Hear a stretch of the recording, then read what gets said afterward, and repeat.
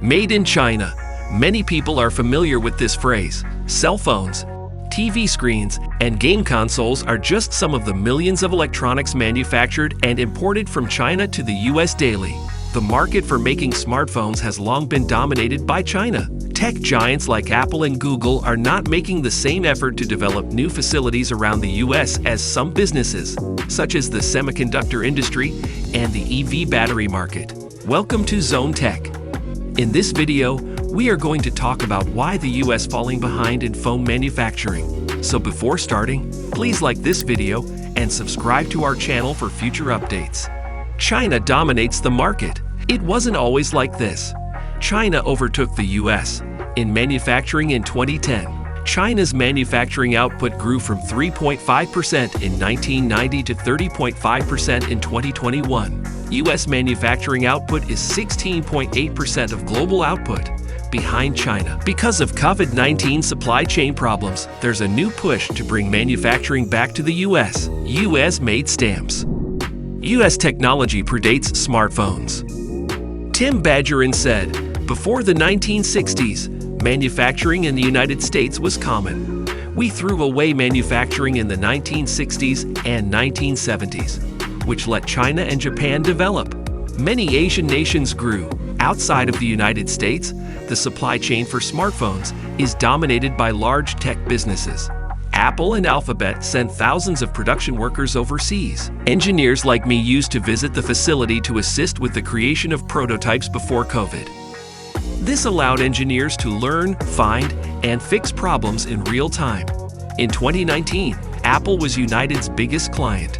From the daily sales of 50 business class seats between San Francisco and Shanghai, United made $150 million.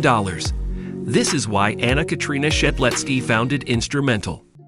Hi, I'm Anna Shedletsky. I'm CEO and founder of Instrumental. We're located right now in Silicon Valley, in Instrumental's global headquarters. And what we do is we build a manufacturing optimization platform that helps electronics companies find and fix issues on the manufacturing line. So I think that with the global health crisis, it's really brought to the forefront how brittle some of the supply chains that we've developed, at least in the electronics industry, have become.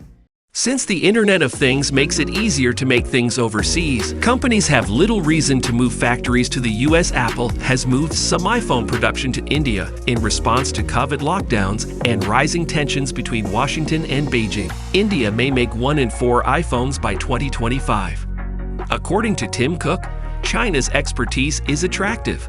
A skilled local supply network and a sophisticated product are necessary. It's a good area to build. According to Apple, its products are created, engineered, and assembled in the United States.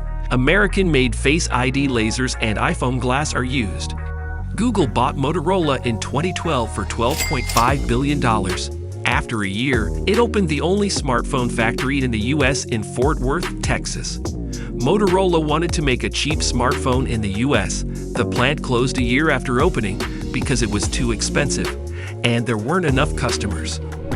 Motorola's failure has caused. Google lost billions by selling Motorola to Lenovo. According to some experts, Motorola's failure in the US is evidence of the high cost of labor and a lack of capabilities. Todd Weaver said, "We started a US-based company in 2014. Purism produces hardware and software.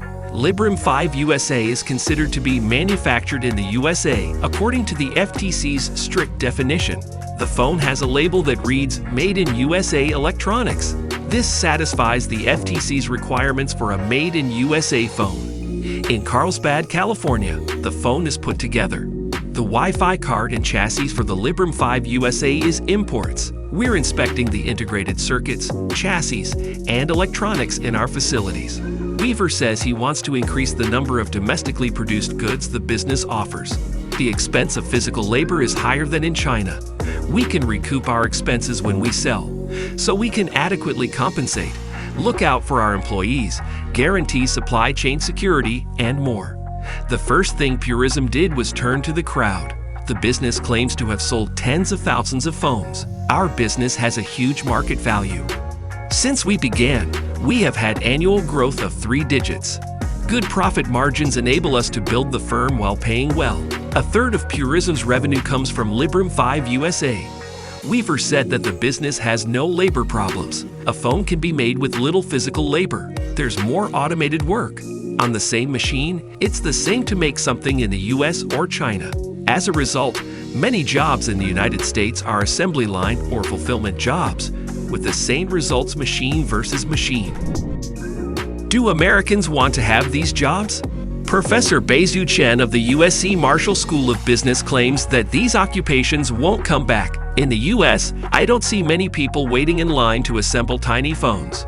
No way. These positions won't come back. I'm referring to a manufacturing job that requires a lot of labor.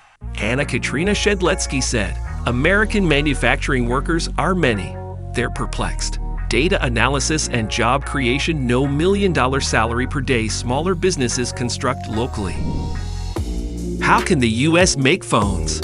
Alan Young remarked, the human infrastructure needs to be rebuilt, and we must integrate into the ecology. Because we haven't produced phones in the US for a while, we don't have a supply chain. Home is in Asia, China, Vietnam, etc. It will cost money and time to rebuild. Cash. It isn't logical. The United States is reintroducing manufacturing jobs as a result of the government's changes to American manufacturing. The CHIPS and Science Act was signed by President Biden in 2022. The law grants $52 billion to American businesses to produce semiconductors and $39 billion to support them. America is finally leveling the playing field at the federal, state, and municipal levels, according to Alan Young. Before, regulations and bureaucracy made it challenging. Hefty expenses and taxes. Would manufacturers still build if the end products were 50% off?